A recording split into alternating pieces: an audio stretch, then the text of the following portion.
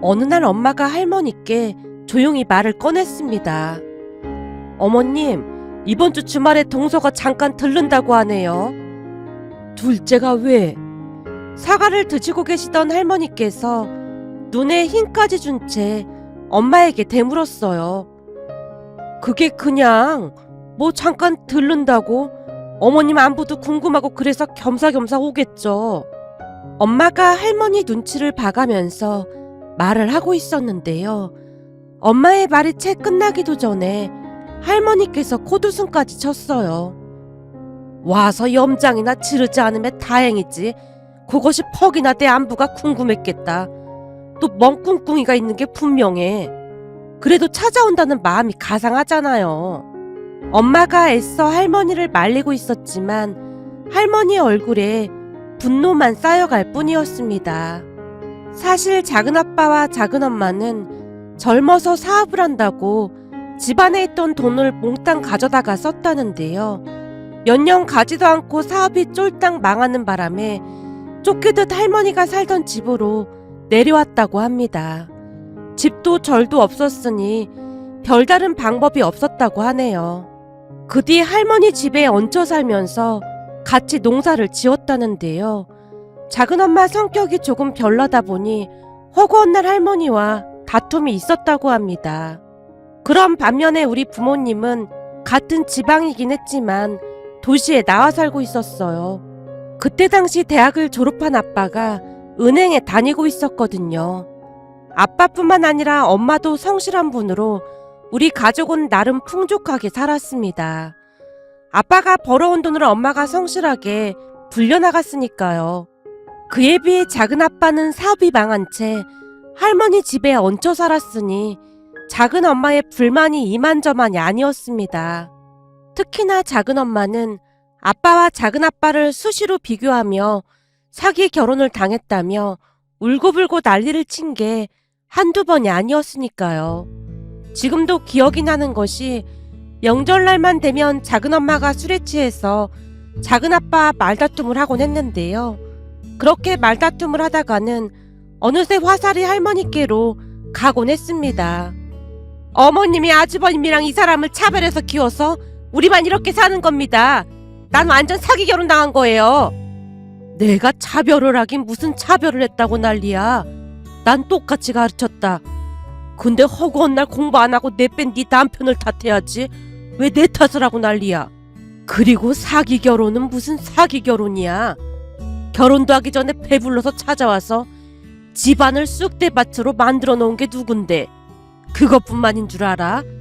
사업한다고 돈 달라고 하도 난리를 쳐서는 밭까지 팔아서 줬더니만 니들이 쫄딱 말아먹고 지금 여기 얹혀 살고 있는 거 아니야. 처음에는 몇 년만 살다 나간다고 하더니 왜 계속 붙어 있어. 나도 니들 꼴 보기 싫으니까 얼른 나가. 미안하다고 싹싹 빌어도 모자랄 판국에 어디서 술주정을 부리고 있어. 할머니가 손에 들고 있던 국자를 높이 치켜들며 금방이라도 작은엄마에게 달려들 기세였기에 엄마가 급히 작은엄마를 데리고 밖으로 나갔습니다. 그렇게 우리 집안은 작은엄마 작은아빠로 인해 조용할 날이 없었어요. 그러던 중 할머니 건강이 안 좋아지시면서 우리 집으로 모시고 왔는데 아무래도 우리 집에서 병원이 가깝다 보니 부모님이 모시고 살게 되었습니다. 할머니도 작은엄마로 인해 워낙 학을 뗐기에 집으로 돌아가고 싶어 하지도 않았거든요. 그런 작은엄마의 특이한 성격 중 하나가 자랑을 하는 것이었는데요. 그게 크던 작던 뭔가 자랑거리가 생기면 무조건 자랑하기 바빴습니다.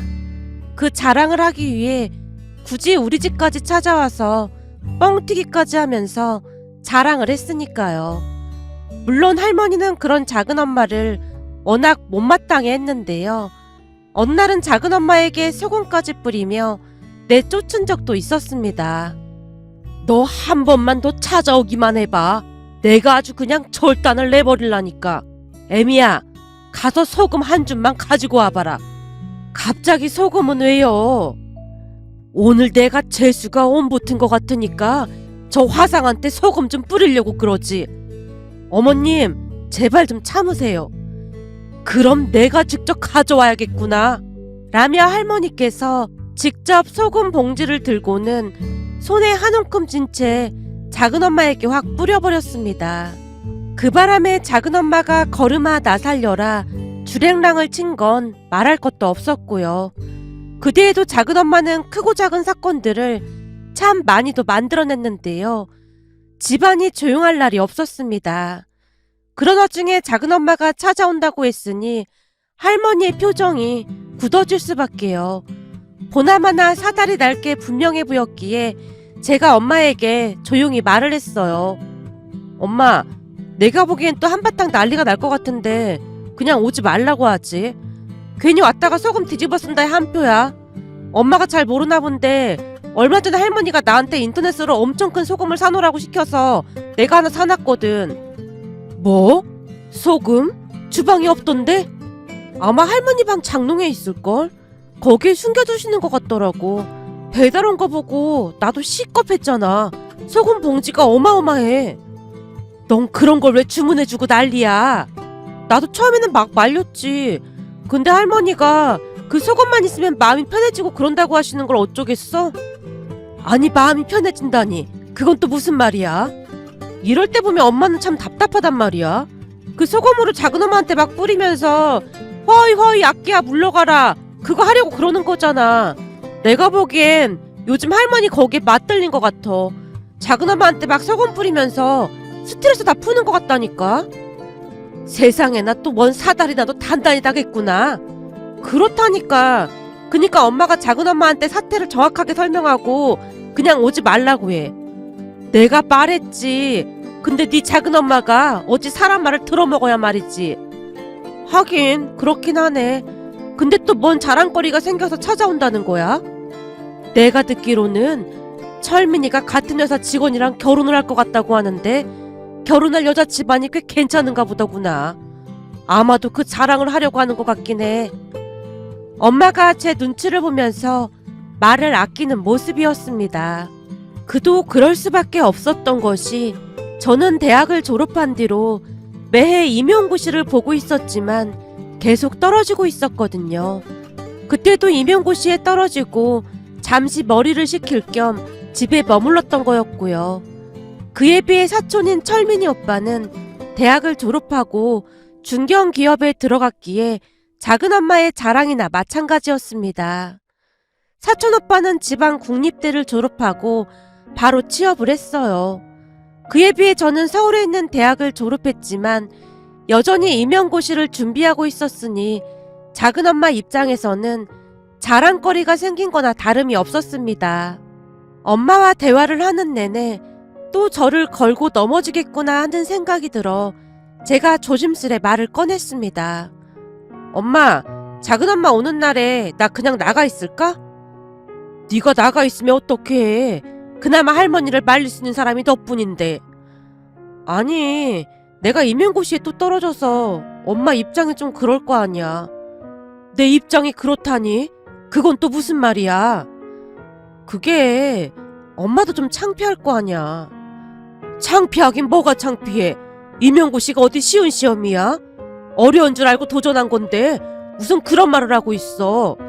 엄마가 항상 자신감을 가지고 살아야 한다고 말했지. 아직 한참 젊은데 무슨 그런 말을 하고 있어. 엄마 아빠는 단 한 번도 널 창피하게 생각한 적 없어. 그니까 너도 당당하게 살아. 엄마가 위로하려 애쓰고 있었습니다. 그 모습을 보며 엄마와 작은엄마는 달라도 너무나 다르다는 생각이 들었는데요. 엄마는 작은엄마가 어떤 도발을 해도 눈 하나 깜빡하지 않은 채 그저 웃고 말았으니까요. 그렇게 며칠 뒤 작은엄마 홀로 집 안으로 들어왔습니다. 그 모습에 할머니가 잔뜩 나를 세운 채 물었어요. 애비는 어디 가고 너 혼자 왔어? 감기 몸살 기운이 있어서 같이 못 왔어요. 그럼 너도 그냥 오지 말지. 뭐 한다고 꾸역꾸역 찾아오고 난리야. 그냥 어머님 뵌지도 오래됐고 해서 왔죠. 덕이나 내가 걱정돼서 왔겠다. 쓰잘데기 없는 소리 할 거면 그만 가봐. 할머니가 작은엄마에게 불만스레 말하고 있었지만 눈 하나 깜빡하지 않은 채 작은엄마가 속내를 드러내기 시작했습니다. 저기 사실은 우리 철민이가 곧 결혼을 할 것 같아요. 회사 들어간 지 얼마나 됐다고 결혼한다고 하는 거냐? 설마 벌써 배가 부르거나 그런 건 아니겠지? 어머님, 우리 철민이를 뭘로 보고 그런 소리를 하세요? 니들이 그런 거 생각해봐라. 내가 안 그러게 생겼는지. 할머니가 작은엄마에게 버럭하고 있었는데요. 그런 거 아니니까 걱정하지 마세요. 그런데 대체 결혼을 뭔 돈으로 시키려고 하는 거냐? 철민이가 그새 돈을 그렇게나 많이 벌어놓은 거냐? 그건 저도 잘 모르겠는데 그쪽 집안이 워낙 잘 산다고 하니까 알아서 하지 않겠어요? 아니, 자식이 결혼을 한다고 하는데 부모가 그렇게 말을 하면 어떡하냐?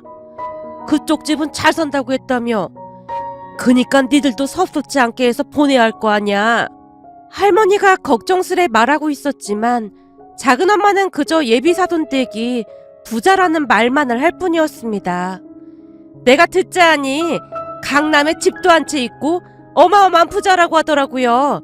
우리 철민이 덕분에 우리도 팔자가 피게 생겼다니까요. 이래서 자식을 잘 둬야 하는 겁니다. 자식 농사 잘 지으니까 우리 앞길이 탄탄대로잖아요. 철민이가 장가를 잘 가는 거랑 니들 앞길이 탄탄한 거랑 뭔 상관이 있다고 그런 말을 하고 있어. 상관이 없긴 왜 없어요.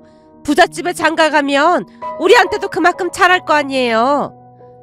부모가 돼서 도와주지는 못할 망정이지 벌써부터 등골 빼먹을 생각부터 하고 있어.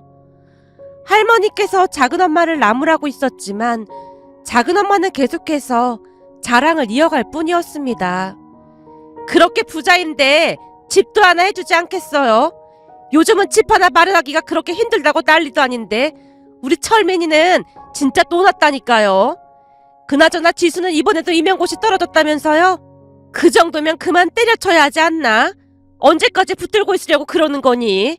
너야말로 부모 등골 빼먹지 말고 얼른 자리 잡아야지. 역시나 작은엄마가 얼굴에 비웃음을 가득 머금은 채 제게 말을 했는데요. 엄마가 그런 작은엄마를 말렸어요. 우리 지수가 운이 안 좋아서 그런 거지 조금만 더 하면 될 거야. 이제 겨우 3번 떨어졌는데 뭐.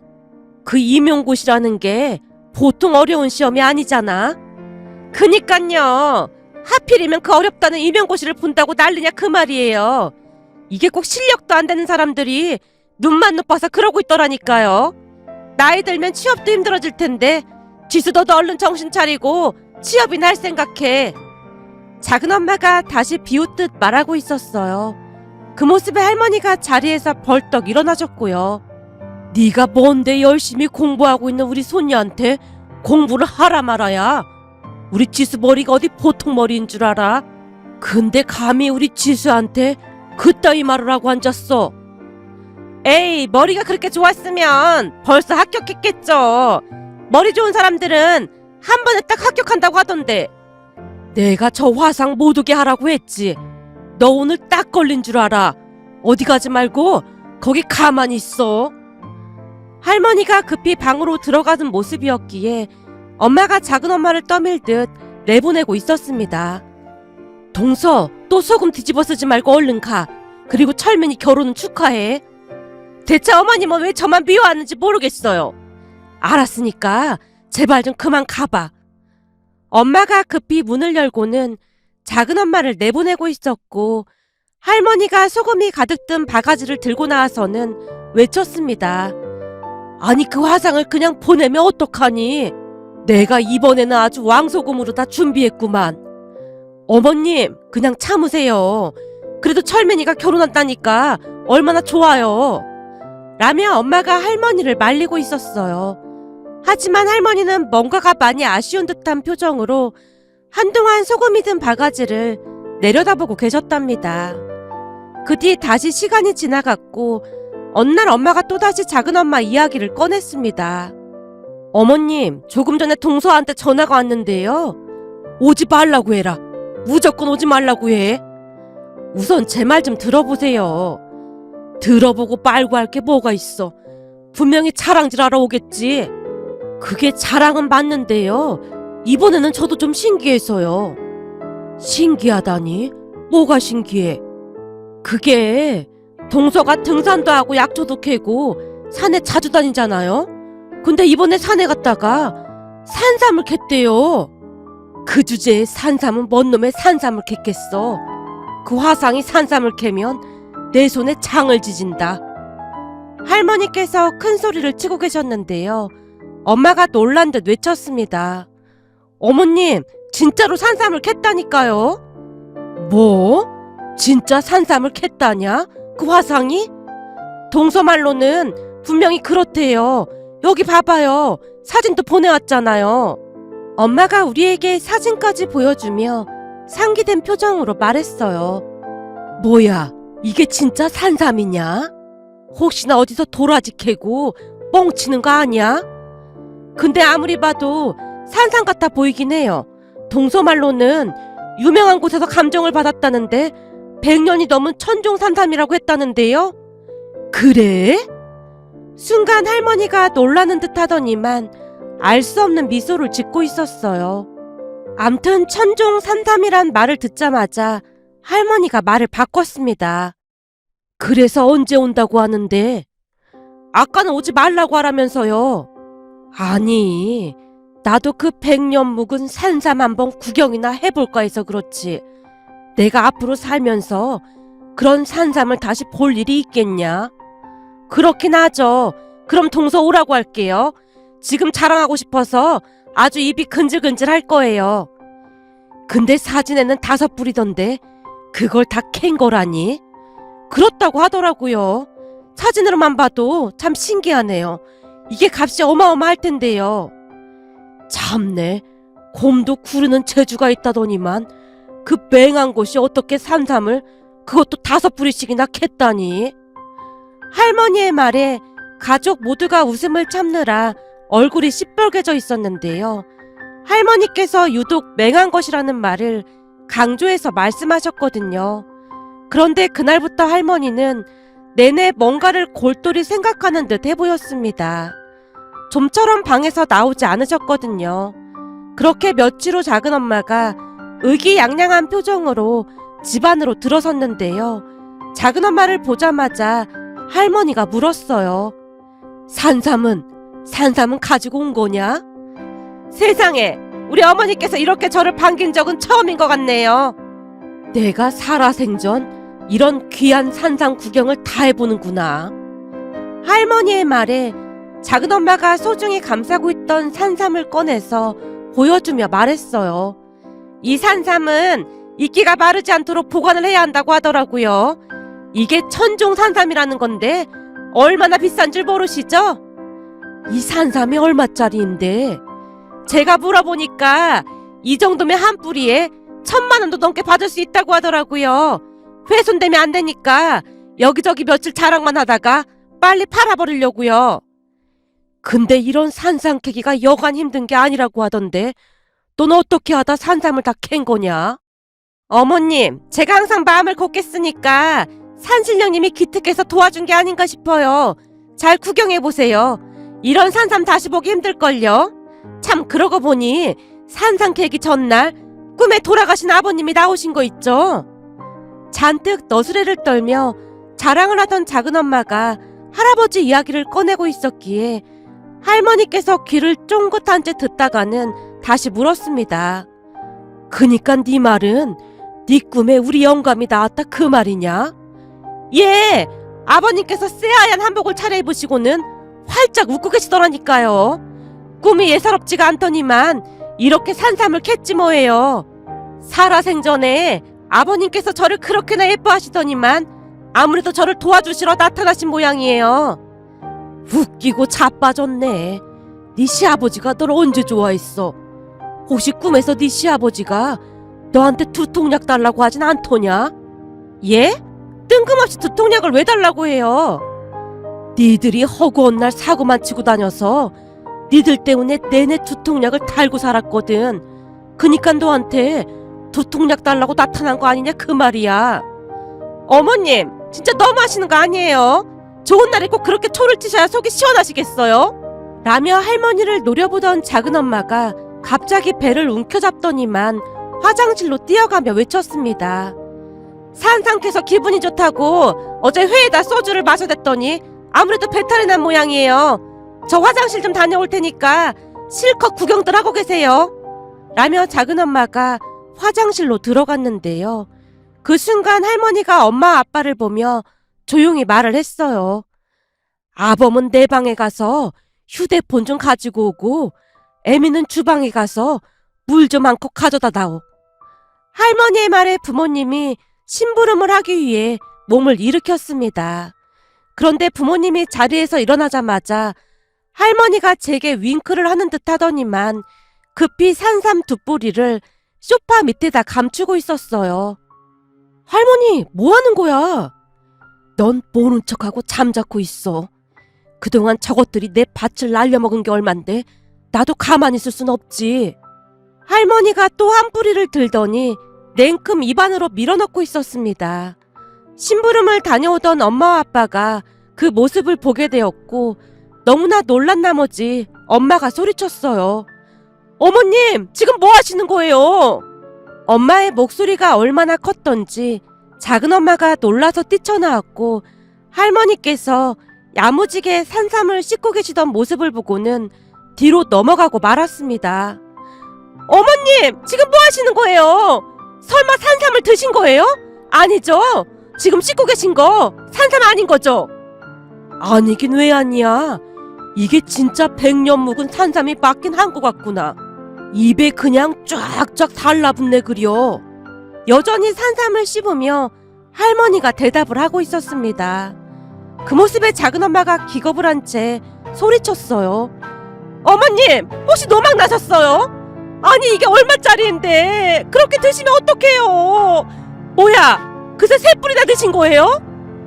아니, 나는 먹을 생각이 없었는데 순간 이 산삼이 우리 영감 얼굴로 바뀌더니만 나한테 막 손짓을 하지 뭐냐.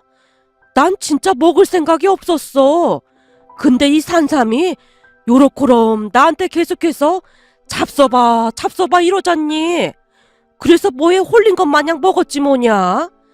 그리고 그동안 니들이 해먹은 돈이 얼만데 이까지 산삼 몇 뿌리 먹었다고 그 난리를 치고 있어. 그렇게 억울하면 고소를 하던가. 근데 네가 고소하면 지방골 그냥 개판 되는 거지 뭐. 그니까 네가 알아서 해. 할머니의 말에 작은엄마가 뒤로 넘어간 채 등을 방바닥에 대고 다리까지 마구마구 내저으며 울부짖고 있었습니다. 엄마 아빠가 작은엄마를 달랬지만 넋이 반쯤 나간 작은엄마는 제정신이 아닌 듯 해보였어요. 결국 작은아빠가 와서 작은엄마를 데리고 갔는데요. 두 분이 떠나는 모습을 베란다에 서서 가만히 지켜보고 있던 할머니가 소파 밑에 숨겨놨던 산삼 두 뿌리를 조용히 꺼냈어요. 그 모습에 엄마가 놀란 채 외쳤고요. 어머님, 이게 뭐예요? 뭐긴 뭐야. 그 유명한 천종 산삼이지. 니들 둘이 얼른 하나씩 먹어라. 그럼 혹시 한 뿌리만 드신 거예요? 그래. 이게 효험이 얼마나 좋은지 먹은 지 얼마 되지도 않았는데 힘이 막 솟는 것 같아. 그니까 니들도 얼른 먹어. 어머님, 동서한테 전화할게요. 이걸 우리가 어떻게 먹어요? 못 먹긴 왜 못 먹어. 그때 사업한다고 니들 돈까지 가져다가 몇 천씩 빨아먹고 지금까지 나몰라라 하고 있는데 이렇게라도 보상을 받아야 할 거 아니야. 내가 보니 네 시아버지가 둘째 꿈에 그냥 나타난 게 아니야. 우리 몸보신 시켜주려고 나타난 거야. 그니까 얼른 먹어라. 빌려간 돈을 갚을 생각도 안 하고 저렇게 뻔뻔하게 사는 인간들도 있는데 니들이 왜 그렇게 살아? 얼른 한 뿌리씩 먹어라. 결국 부모님이 사이좋게 산삼을 나눠 먹었습니다. 그 뒤 우리는 작은엄마의 얼굴을 볼 수가 없었답니다. 아무래도 큰 충격을 받은 모양인지 2번 다시 찾아오지 않았거든요. 거기다 더욱 기가 막힌 소식이 전해져 왔는데요. 작은엄마가 걱정이 된 엄마가 사촌오빠에게 전화를 했더니 심각한 목소리로 파혼을 했다고 하더랍니다. 사촌오빠와 통화를 하고 난 뒤 엄마가 조심스레 입을 뗐어요. 철민이가 파혼을 했다네요. 뭐? 왜 파혼을 해? 그게 첫 인사 간 날 동서가 예비 며느리한테 친정이 부자니까 매달 용돈을 100만 원씩 보내라고 했던 모양이에요. 그것뿐만 아니라 시부모가 차도 없으니까 차도 안 돼 해오라고 하고 혼수도 어마어마하게 해오라고 했고요. 그래서 예비 며느리가 동서한테 그럼 신랑 쪽에서는 뭘 해줄 거냐고 물었던 모양인데 동서가 예비 며느리한테 버르장머리 없다고 시집 오면 각오하라는 말까지 한 모양이에요. 그 길로 인사 갈 때 가지고 간 선물까지 챙겨서 도망가듯 가버렸다고 하더라고요. 그것 때문에 철민이가 연 끊고 산다고 지금 난리가 났더라고요. 자업자득인 게야 심보를 그리 먹으니 될 일도 안 되지. 할머니가 고개를 절레절레 흔들다가는 한심하다는 듯이 말을 했습니다. 그렇게 우리는 작은엄마 가족들과 연을 끊고 살고 있답니다. 그런데 그 산삼이 정말 좋긴 했던 모양으로 그 해부터 지금까지 감기는 물론 잔병치레 하나 없이 할머니와 부모님은 건강히 잘 지내고 계신답니다. 특히나 할머니께서는 그 어느 때보다 건강하신데요. 어느 날은 엄마가 조용히 말을 하기도 했어요. 동서한테 미안하긴 한데 어찌됐건 동서가 큰 효도를 한 건 맞는 것 같아. 그 산삼 드신 뒤로 어머님 건강이 아주 좋아지셨잖아. 그날 할머니가 산삼을 입에 넣고 우구적 씹고 계시는데 기절하는 줄 알았잖아. 근데 나도 작은엄마한테 좀 고맙긴 해. 네가 뭐가 고마워? 그렇잖아. 그날 엄마 아빠가 산삼 반을 나한테 나눠줘서 그거 먹고 바로 이명고시 붙었잖아. 아무래도 산삼 덕분에 붙은 것 같다 그 말인 거지. 제 말에 부모님이 그럴 수 있다는 듯이 힘껏 고개를 끄덕였습니다. 사실 그동안 동서랑 서방님이 빌려간 돈 갚지도 않고 나몰라라 해서 그랬는데 그 산삼 덕분에 네가 합격한 것 같아서 나도 조금은 마음이 풀리긴 했어. 라며 엄마가 활짝 웃고 있었습니다. 그렇게 할머니는 지금도 아주 건강하게 잘 지내고 계신답니다.